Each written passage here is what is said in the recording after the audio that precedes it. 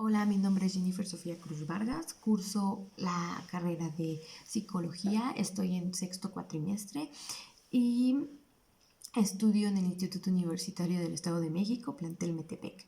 Bien, ahorita vengo presentando mi estudio de caso. Esto es una tarea realizada para la materia de teoría y técnica psicoanalítica. En esta tarea nos piden escoger un concepto de la teoría para analizar a un personaje de nuestro interés. Yo escogí a Jeffrey Edward Epstein.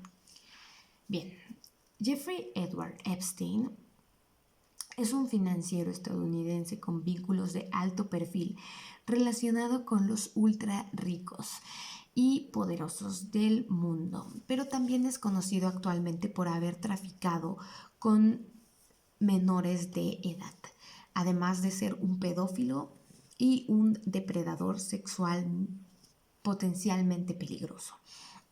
Jeffrey Epstein es nacido en Brooklyn el 20 de enero de 1953 y es fallecido el 10 de agosto en Manhattan del 2019.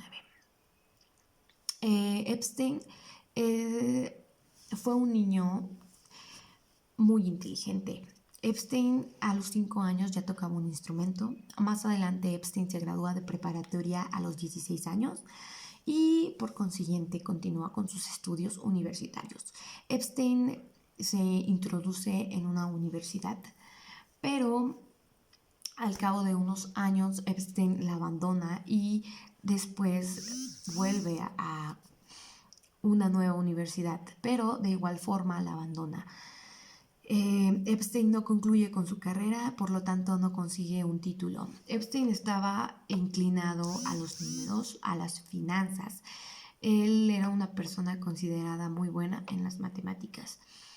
Y bien, Epstein venía de un nivel económico de clase media baja. Su familia conformada por su padre, que era un jardinero, él trabajaba para los jardines de la ciudad de Nueva York, su madre, que era ayudante escolar, pero también era ama de casa, y tiene un hermano menor, Mark Epstein. Bien, Jeffrey obtuvo trabajo en una escuela preparatoria universitaria de la ciudad de Nueva York, era privada. Él impartía clases de matemáticas y física en esta escuela, donde sin tener ningún papel que comprobara sus vastos conocimientos, él pudo impartir clases aquí. 2 años más tarde, Epstein es despedido por su escaso rendimiento, pero para entonces Jeffrey Epstein ya tiene conexiones. Es amigo de uno de los padres de familia. Este padre de familia es un empresario importante en la ciudad de Nueva York y le ofrece trabajo. Bien, pues esta es la oportunidad que Epstein estaba esperando. Y es aquí como Epstein empieza a formar su imperio. Bien, Jeffrey Epstein era una persona inteligente, reservada, un gran manipulador, además de tener ese don de conectar con las personas y de tener ese don de leer las mentes de las personas y prácticamente de decir las cosas que esas personas querían escuchar. Bien, fue de esta manera en que Epstein pudo relacionarse con magnates de todo tipo y de todo el mundo, además de que Epstein incluso llegó a entrar al círculo de la élite blanca. Así es, Epstein en este momento pasó a ser un nuevo rico, pero un rico que todos querían, un rico que a todo mundo conquistó, un nuevo rico que a todo mundo conquistó. A principios del 2000, Epstein es investigado por abuso sexual de menores. Fue entonces cuando empezó a construirse una pirámide sexual en contra de él muy impactante. Es investigado entonces por abusos sexuales, alrededor de más de 40 víctimas son las que iban saliendo en ese momento con diferentes pero similares historias de cómo fueron acechadas, atraídas y abusadas por el magnate. Epstein fue arrestado con 18 meses de encarcelamiento. En esos 18 meses, Epstein podía salir a trabajar durante 12 horas al día. Epstein fue liberado 3 meses antes de cumplir esos meses otorgados y fue liberado por buena conducta. Aquí hubo un acuerdo. Este acuerdo es muy sonado en la historia de Epstein. Bien, eh, para este momento Epstein ya era una persona sumamente importante, muy influyente y poderoso. Epstein tuvo muchísimas propiedades, tuvo muchas adquisiciones de gran valor. Adquirió 2 aviones privados, un rancho en expansión, un departamento en París, un helicóptero, una mansión en Palm Beach, 2 islas vírgenes en el Caribe, su propia firma y un departamento valorado en poco más de $70 millones en Manhattan. Jeffrey Epstein era un hombre arrogante, un hombre que se sentía por encima de todos, decidido también en todos los aspectos, con un gozo por aterrorizar y burlarse de sus víctimas de una u otra forma, por los actos efectuados con ellas y a partir de ellas, cuando las ofrecía a sus amigos, claramente. Además de que Epstein tenía el pensamiento de que cada mujer que poseía, ella caía rendida a sus pies, que todas morían por él. Bien, más tarde Jeffrey cae su reputación, porque ahora es condenado como pedófilo, es fichado, lo localizan como una persona depravada. Entonces él busca subir su reputación. Lo aconsejan que vaya a terapia, que se rehabilite, pero Epstein deja esos consejos de lado y por su cuenta él limpia su reputación, pues se convierte en filántropo, haciendo donaciones muy generosas a escuelas importantes como Harvard. Y en este periodo de tiempo se relaciona con la realeza. Así es, en este periodo de tiempo Epstein es muy amigo del príncipe Andrés. Y la gente, la sociedad logra olvidarse de que es un depravado y una persona totalmente peligrosa, un depredador sexual altamente peligroso. Lo vuelven a aceptar y todo el mundo vuelve a querer a Jeffrey Epstein. Jeffrey Epstein es llamado pervertido sexual. En cada una de sus propiedades, Epstein tiene cámaras y micrófonos que lo graban absolutamente todo. Esto, claro, tiene alguna finalidad. La finalidad de hacerse intocable a bases de chantaje, amenaza o a diferentes políticos, a diferentes empresarios, a gente incluso de la realeza, gente sumamente importante. Epstein tenía en sus manos a todas estas personas y sabía que podía destruir a cada uno de ellos con muy poco esfuerzo. Además de eso, Epstein disfrutaba a solas de todo ese material que grababa y de sus supuestos amigos con esas chicas, con esas niñas. Que él y su pareja en ese momento, Ghislaine Maxwell, conseguían y que ofrecían para pasar un buen rato en su isla, en su avión, en su rancho o en su edificio en Manhattan, en diferente lugar, en todas sus propiedades. Epstein ofrecía a estas chicas a sus amigos. Bien, Epstein formó un imperio muy impactante, tan impactante que sorprendía incluso a sus colegas, a las mismas personas que se dedicaban a lo mismo que él. Se preguntaban el cómo. Pues Epstein tenía un secreto oscuro que daba más que mover dinero financiero, además de que era un dinero de sus amigos más cercanos. Epstein probablemente estaba generando dinero de una manera oscura. Bien, hay un dato muy importante. Investigaciones apuntan a que Epstein podría ser un agente secreto contratado por el gobierno israelita. un infiltrado. Y aunque de esto se conoce muy poco, existen más de 2.000 documentos para estudiar, investigar a fondo a Jeffrey Epstein. ¿Quién habrá sido realmente este sujeto? ¿A qué se dedicaba? ¿Por qué lo arrestaron? Aquí hay otro dato más impactante aún.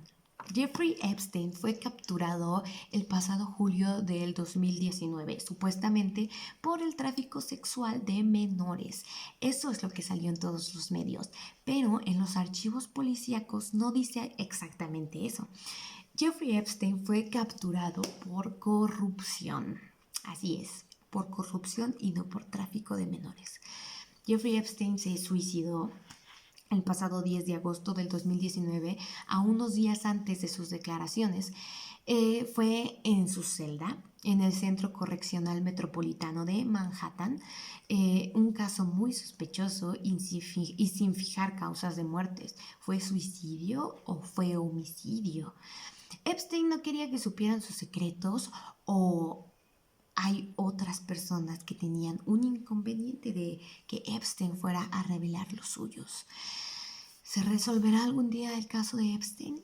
Bien, pasemos a lo siguiente y a lo importante, el estudio de caso. Bueno, en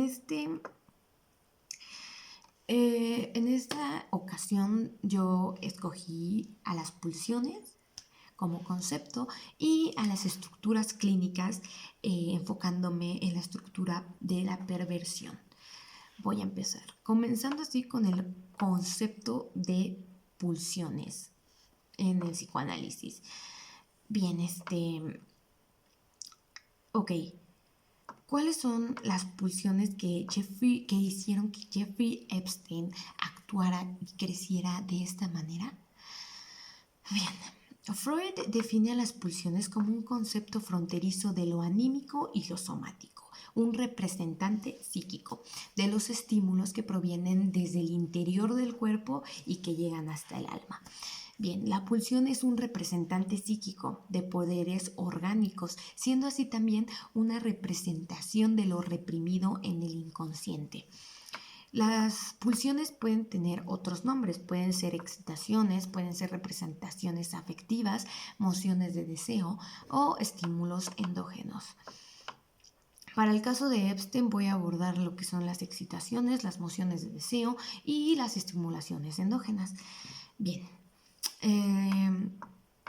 Jeffrey Epstein fue una adolescente criado en Brooklyn y que difícilmente tiene características Jeffrey Epstein que difícilmente pueden caber en un solo individuo. Epstein es una persona muy inteligente, es una persona arrogante, es una persona reservada, pero a la vez es una persona increíblemente sociable. Cabe mencionar que es una persona también súper manipuladora y de gran carácter, pero además de todo esto es una persona ambiciosa y ambiciosa de poder. Bien, Epstein se movió con facilidad en el mundo de los ricos, además de que pudo hacerse uno de ellos.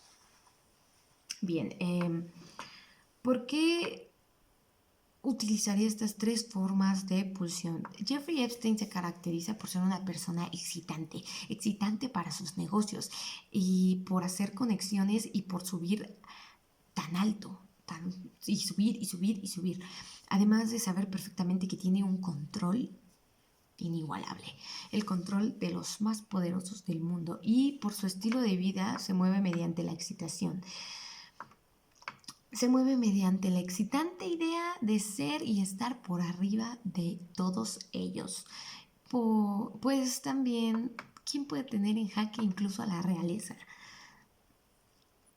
Ok, en cuestión de las mociones de deseo o movimientos de deseo, Epstein se movía en cuanto al deseo. Cada movimiento que hacía y tuvo de deseo era obtener una ganancia en cuanto a ese movimiento que hacía y que efectuaba. Epstein no movía un pie si no sabía que podía obtener algo. Entonces, ese movimiento que hacía era mediante el deseo de obtener algo, de tener algo en su poder. Y claro que esto también lo llevaría a tener más poder y más poder para manipular, chantajear y callar incluso a un gobierno completo. Pero hay algo aquí también muy interesante. ¿Qué pasa cuando ya lo tienes absolutamente todo? Cuando crees tener absolutamente todo, quieres más.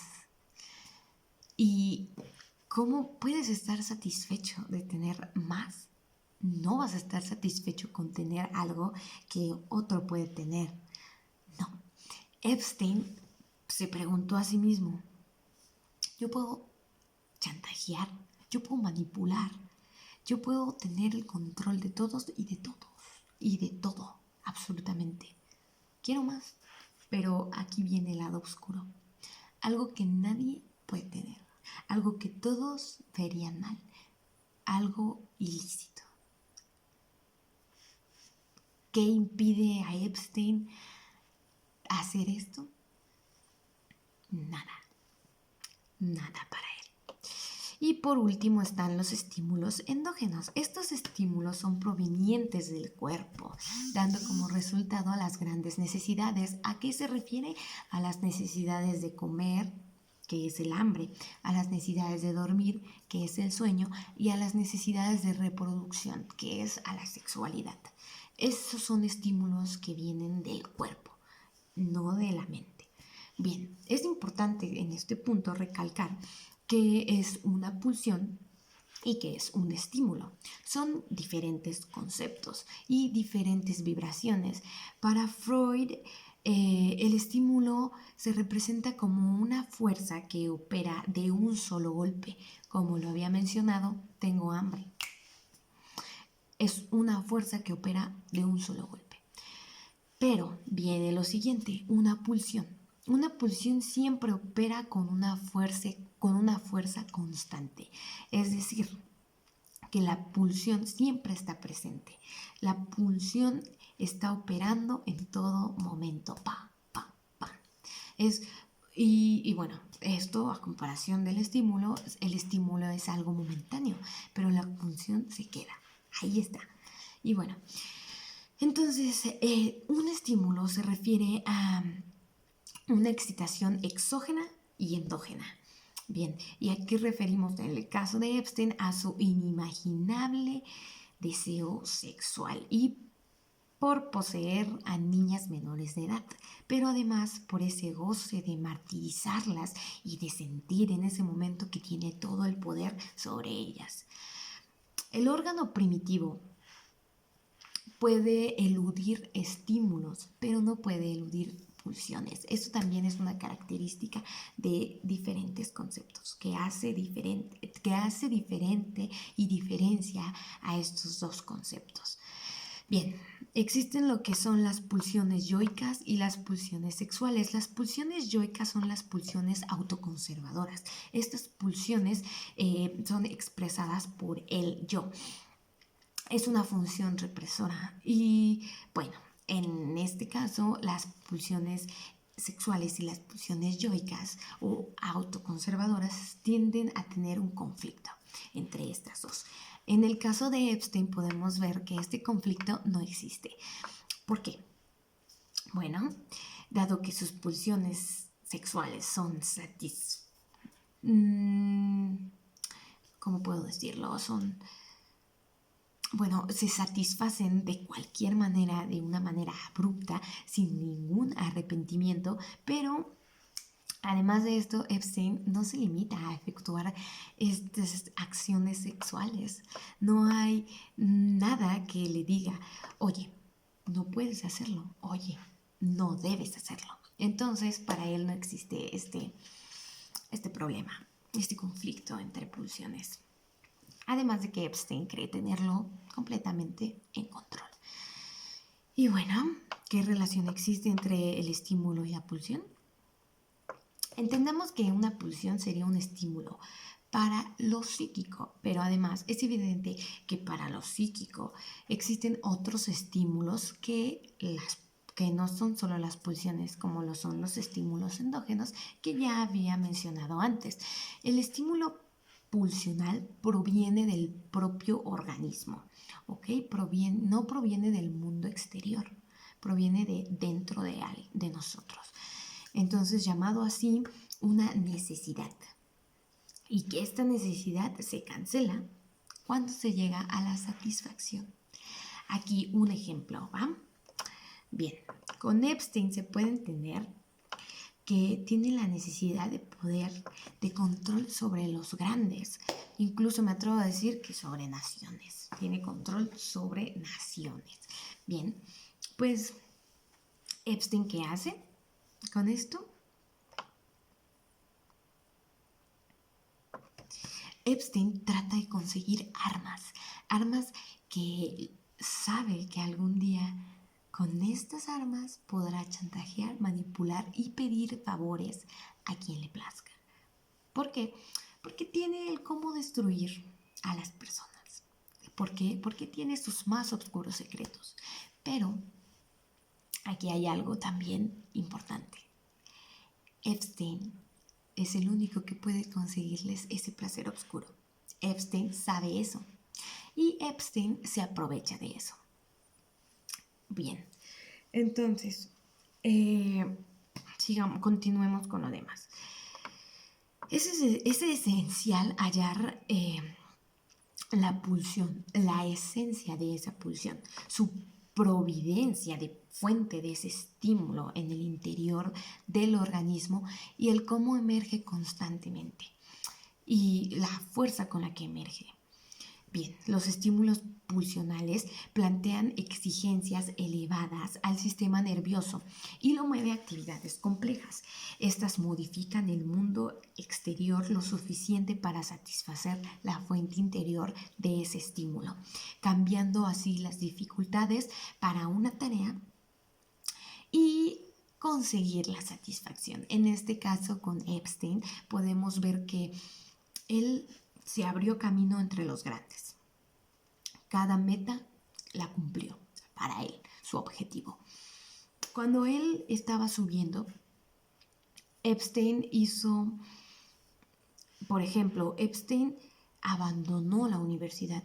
Él no consiguió un título, pero Epstein logró impartir clases. Impartió clases en un colegio importante de la ciudad de Nueva York, donde conoció a su próximo brincolín. Conoció a un empresario importante de la ciudad, muy rico y muy poderoso. Esto lo ayudó. Epstein se abrió camino ahí. Se hizo socio. Epstein renunció a esta empresa, pero la dejó en mal estado. Epstein es contratado por otra empresa. Epstein hace también de las suyas en esta empresa. La empresa tiene conflictos. Epstein roba a la empresa y Epstein hace su imperio, pero hace su propia firma. En esa propia firma es donde empieza a tener a todos los magnates de todo el mundo. Todos estos magnates están en otro negocio, hacen que Epstein maneje su dinero, pero están en otro negocio con Epstein. Epstein empieza a crecer mucho, empieza a tener mucho poder, pero además de eso, Epstein pone camaritas y micrófonos en cada lugar de sus propiedades. Propiedades que sabe que están ocurriendo cosas que él puede brindarle a esas personas con deseos oscuros. ¿Qué pasa aquí? Epstein lo consigue una vez más. Consigue el poder. Manipulación, chantaje y favores. Control, poder dentro de los más grandes y sobre los más grandes. Es aquí cuando cada dificultad que se le presentó la cambió, la modificó y las pudo sobrellevar. Además de que sacó provecho de eso, llegando a la satisfacción. Bien. Epstein cometía atrocidades muy impactantes. Bien, más adelante tenemos lo que es siguiente, placer, displacer. El principio del placer, una manera automática de regularización ante lo que serían las sensaciones de placer, displacer. Estas sensaciones son las que reflejan el modo de cómo se cumple el dominio de los estímulos. Sentimiento de displacer, incremento de estímulo. Sentimiento de placer, disminución del estímulo. Aquí pongo a Epstein en el momento en que en su mansión de Palm Beach, su pareja de él, Ghislaine Maxwell, le consigue a niñas de entre 14 a 18 años para que le vayan a hacer masaje a Epstein. Bien, hay niñas que le dicen a Epstein, ¿sabes qué? Yo no voy a acceder, yo no lo voy a hacer. No, definitivamente me niego a que me toques, a que abuses de mí. Aquí, ¿qué pasa? Que hay un sentimiento de displacer. Hay un incremento de estímulo a que Epstein tiene esta necesidad que cancelar. La tiene y incrementa el estímulo, o sea, esa necesidad se hace más poderosa.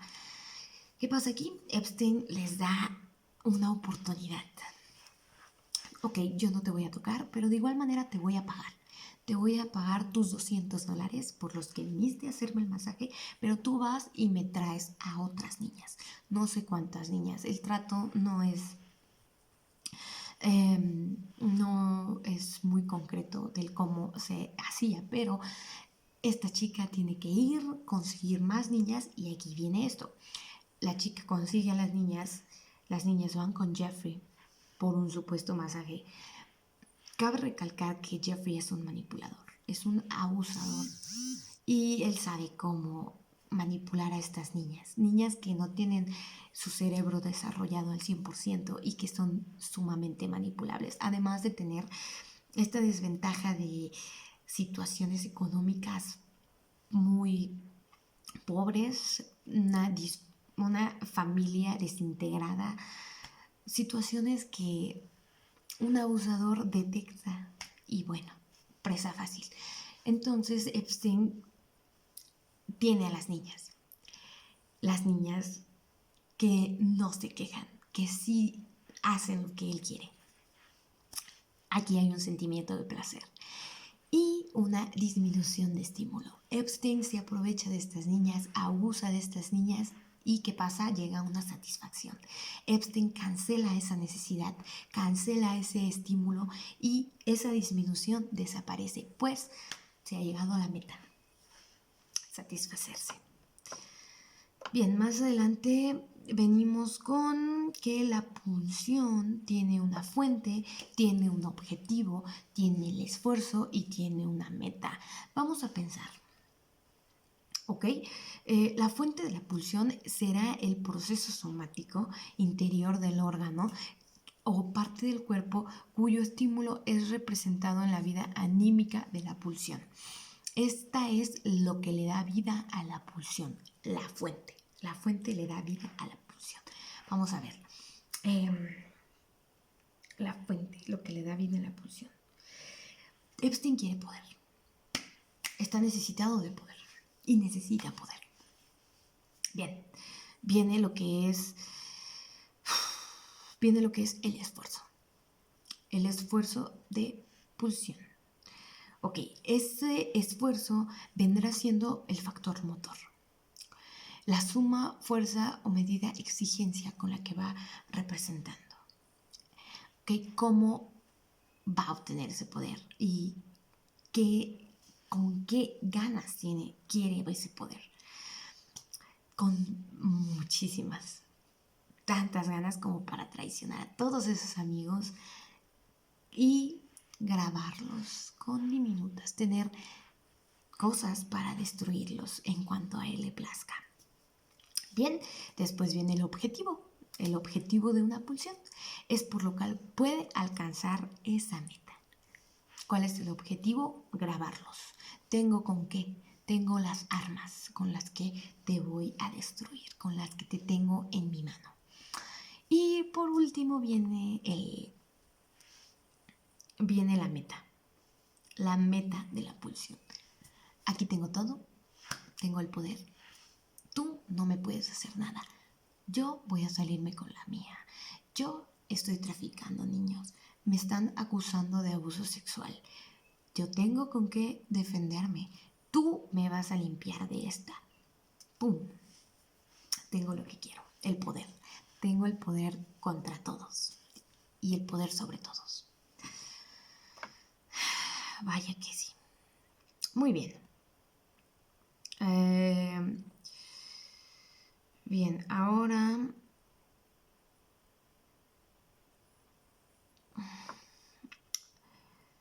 voy a pasar a